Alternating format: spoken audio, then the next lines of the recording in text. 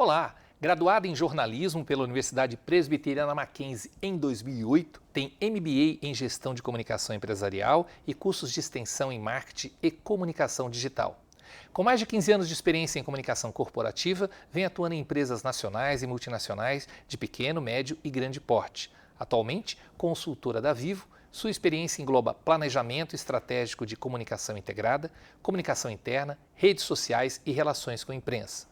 O programa Memória do curso de jornalismo recebe a jornalista Raíssa Resch. Raíssa, obrigado por você ter vindo, obrigado por ter reservado esse tempinho para bater um papo comigo, viu? Um prazer enorme estar aqui de volta. Faz tempo, né? Faz bastante tempo. Raíssa, por que você escolheu fazer jornalismo? Bom, acho que com 18 anos a gente tem um monte de dúvidas na cabeça do que fazer. E eu acho que quando eu encontrei o curso de jornalismo, eu vi um universo muito vasto de possibilidades, assim. Eu lembro que de todas as dúvidas que eu tinha na época do que fazer, do que eu gostava, do que eu não gostava, jornalismo foi um caminho mais natural, assim, porque eu conseguiria... Eu me lembro muito de falar para minha mãe, acho que eu vi no jornalismo um leque de oportunidades, eu lembro muito dessa expressão, porque eu podia fazer muitas coisas, né? Eu acho que a faculdade de jornalismo te dá uma base para comunicar. E hoje, tanto tempo depois, eu vejo quanto isso, de fato, continua sendo uma realidade. Certamente, 15 anos atrás, você não pensava em fazer o que você está fazendo hoje. Não. O que mudou de lá para cá? Eu lembro que, quando eu vi a grade da faculdade, o que eu ia estudar nos 4 anos, uma coisa que me fascinou muito foi fotografia. Nem lembro ao certo por quê, mas eu achava incrível o fato da fotografia poder contar alguma história. Eu não sabia como contar essa história, não sabia exatamente construir essa narrativa, mas eu achava aquilo incrível. E eu lembro que quando eu tive aula de foto na faculdade, aquilo caiu por terra, porque eu vi que não tinha nada a ver com o que eu de fato imaginava. Eu não sei, aquilo não era exatamente o que eu esperava. E aí eu comecei a buscar outros caminhos dentro do que a gente estava estudando.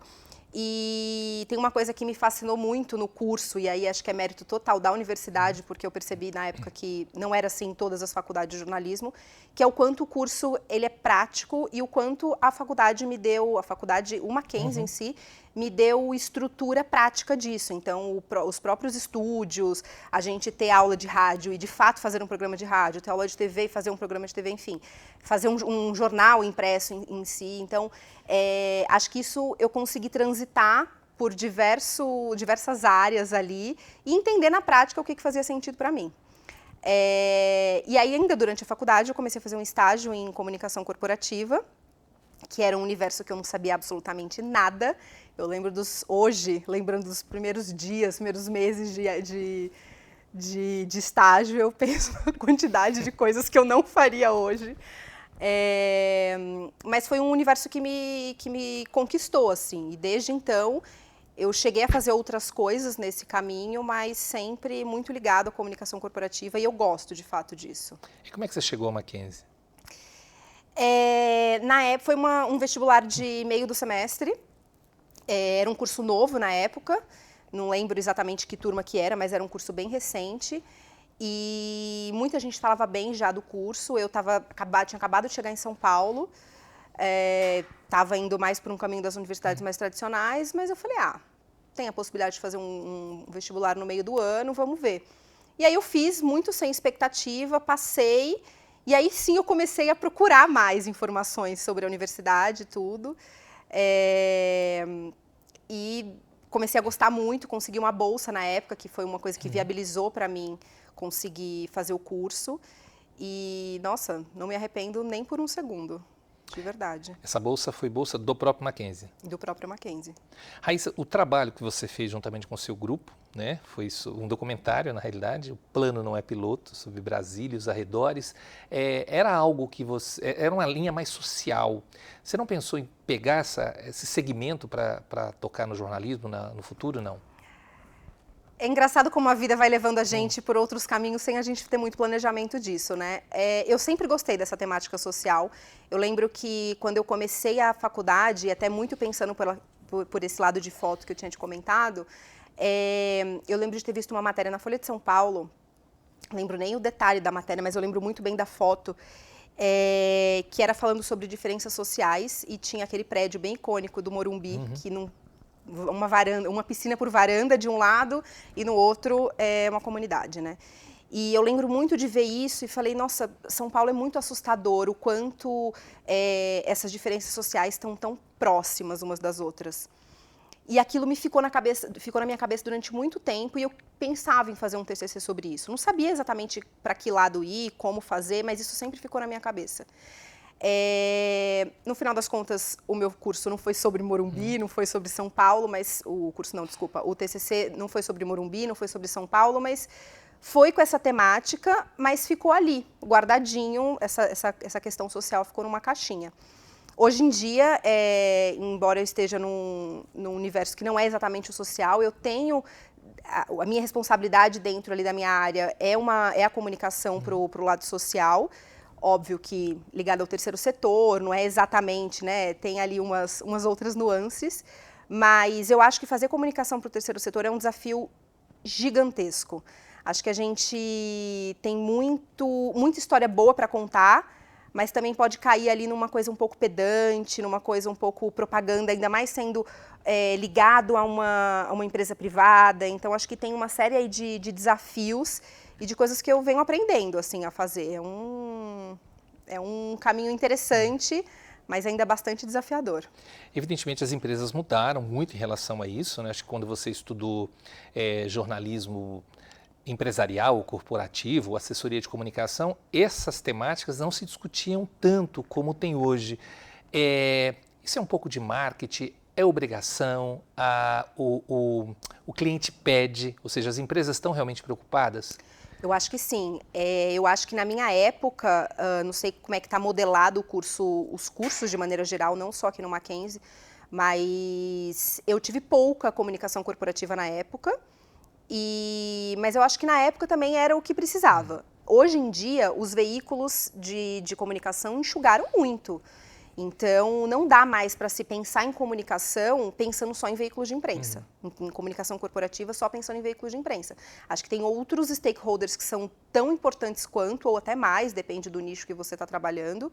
E o que as empresas hoje querem é vender. Então, como que a comunicação pode trabalhar nisso? E não é somente com imprensa. Acho que a imprensa, de fato, é uma voz importante, mas a gente tem que aprender outras formas de se comunicar. Marketing, sim, é uma delas,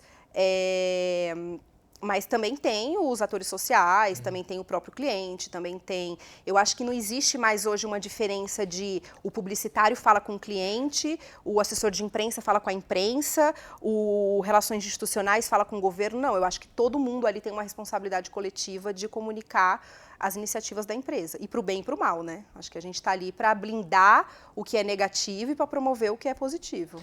O assessor de imprensa ainda é fundamental quando você pensa na visibilidade que dá um influencer, por exemplo? Eu acho, mas eu acho que ele não é... Tanto que, assim, eu não gosto, por exemplo, eu não me apresento como assessora de imprensa, eu me apresento como assessora de comunicação, porque eu acho que imprensa é limitado hoje em dia. E não que a imprensa seja ruim, longe disso, mas eu acho que a gente faz mais do que isso. E quando eu falo, por exemplo, de um consultor de comunicação, um assessor de comunicação, eu não estou preocupada somente, o papel dele, né, dentro da empresa, eu não estou preocupada somente com a matéria que vai sair. Eu tenho que entender qual que é o discurso que o executivo tem que falar, o que ele tem que falar, quem é esse executivo, como ele vai falar, como ele vai se portar, o que é mais interessante, como que ele vai contar aquela história. Ah, mas a minha empresa faz isso. Tá, mas como que você vai justificar que faz isso? Como que você vai convencer o repórter de que você faz aquilo? Por que você faz aquilo? A mensagem principal tem que permear toda a sua conversa. Comunicação é repetição. Quanto mais a gente fala, mais aquilo vai ficar na cabeça. Então, eu acho que ele é sim fundamental, mas ele é muito mais estratégico do que você pensar somente na matéria. Acho que a matéria é só a cereja do bolo, sabe? Acho que a gente tem um caminho aí longo. E para você conseguir uma matéria importante, uma matéria relevante, tem muita coisa que aconteceu antes, né? Muita coisa. E para mim é a parte mais legal da história. Como é que você analisa, voltando um pouquinho para a faculdade, seus anos aqui, seus 4 anos de graduação? Saudades. Era uma época boa. A realidade é mais difícil. Foi uma época muito boa, foi uma época em que eu tenho só memórias felizes. Vocês pegaram um período, 2008, a gente pode dizer que foi um período de transição das redes sociais também, né?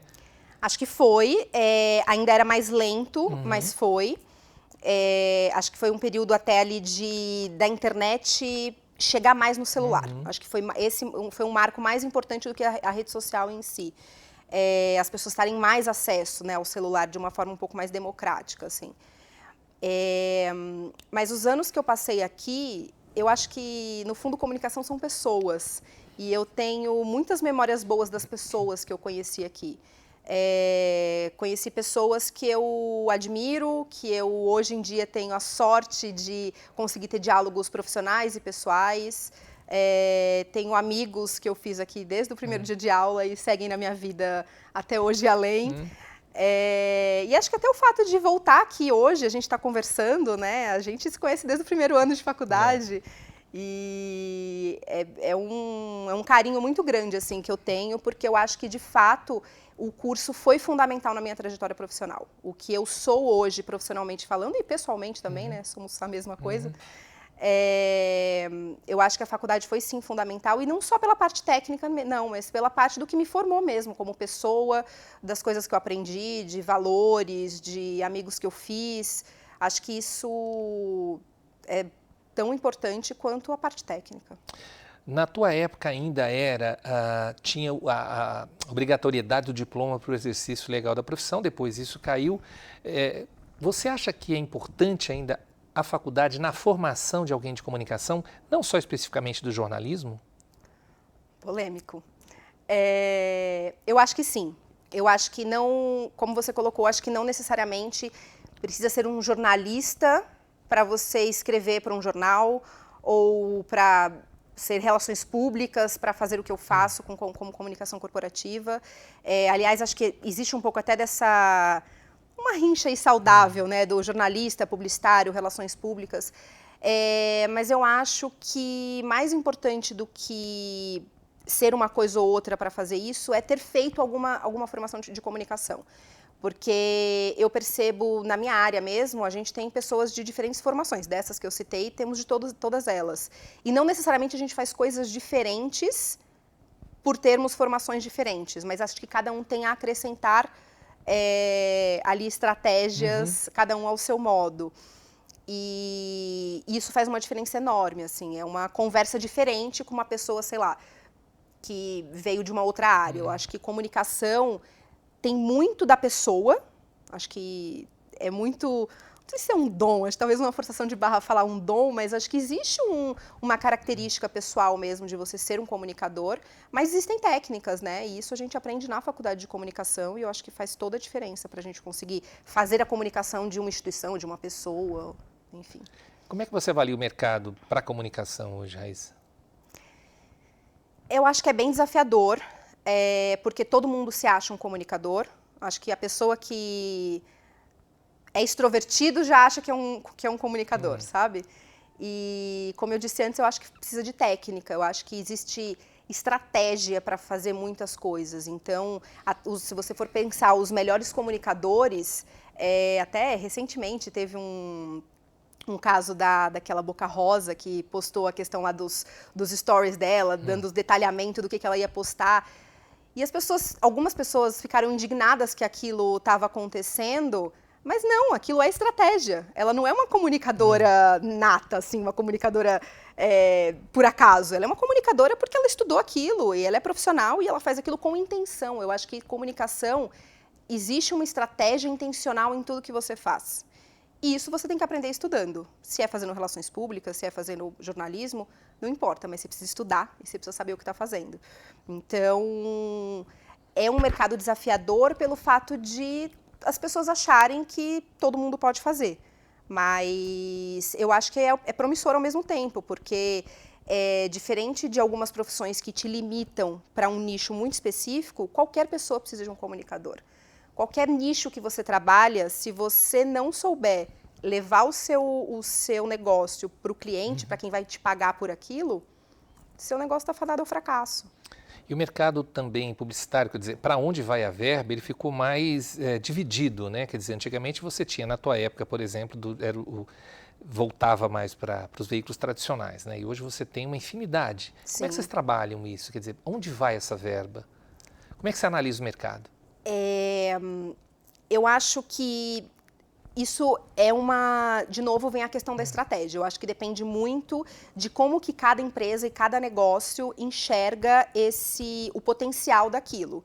Então, na empresa que eu estou, por exemplo, tem veículos que são importantes a gente estar, alguns de forma espontânea e alguns de forma mais estratégica e mais intencional com o investimento de mídia. Mas não quer dizer que para uma outra empresa de outro nicho, ou enfim, algum concorrente, seja igual. Então, acho que é importante sim, não acredito nessa coisa de, porque pagou não está valendo, eu não acredito nisso. Eu acho que são estratégias diferentes. Você conseguir uma matéria de mídia espontânea tem um valor enorme, é um trabalho específico para aquilo, mas você fazer, por exemplo, um publi editorial, você fazer um anúncio, enfim, branded content, que é uma coisa que está crescendo, que vem se profissionalizando mais. Eu acho que a mídia paga, ela não é mais só anúncio, só propaganda em si.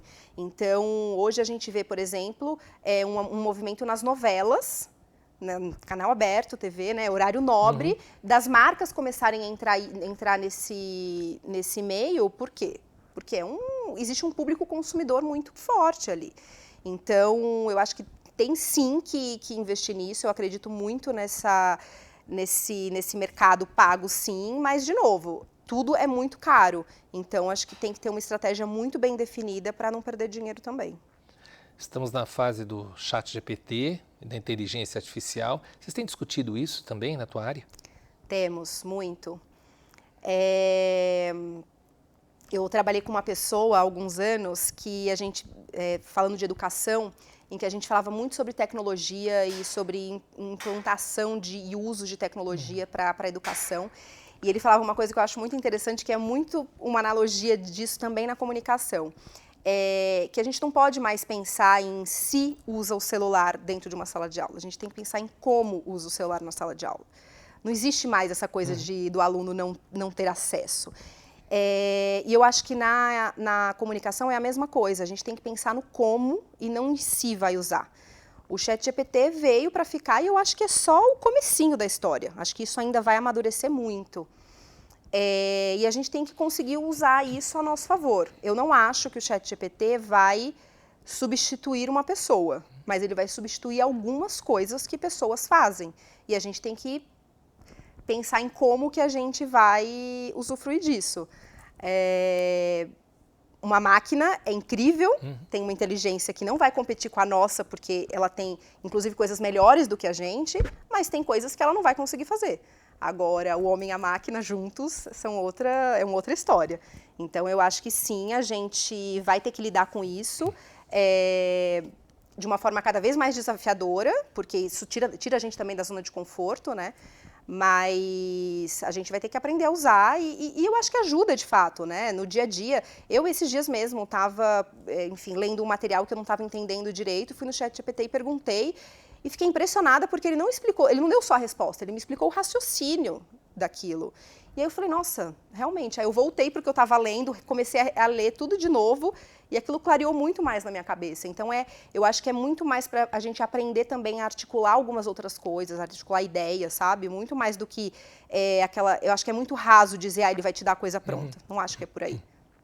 Raíssa, obrigado pelas informações. Espero, então, que esses 4 anos tenham servido, né, para a sua área de atuação, apesar de você falar que não era exatamente num primeiro momento que você buscava, mas o caminho aberto que a faculdade te deu, né? Exatamente. Acho que é até bom que tenha sido desse jeito, porque talvez se eu tivesse ficado só pensando muito focada no que eu queria inicialmente, eu não conseguiria ter, né, aberto tantas possibilidades. Eu agradeço muito a tudo que eu aprendi aqui. E recomendo para todo mundo sempre, assim, eu sempre falo daqui com um carinho enorme, porque eu acho que é o que eu disse no início, mais do que ter aprendido somente a parte técnica, que eu aprendi muita coisa sobre vida, e a gente é formado disso, né? E a gente aprendeu também muito com vocês, acho que a tua turma também, a gente tem um carinho muito grande, você sabe disso, né? Obrigado por você ter vindo, viu? Eu que agradeço, foi um prazer enorme.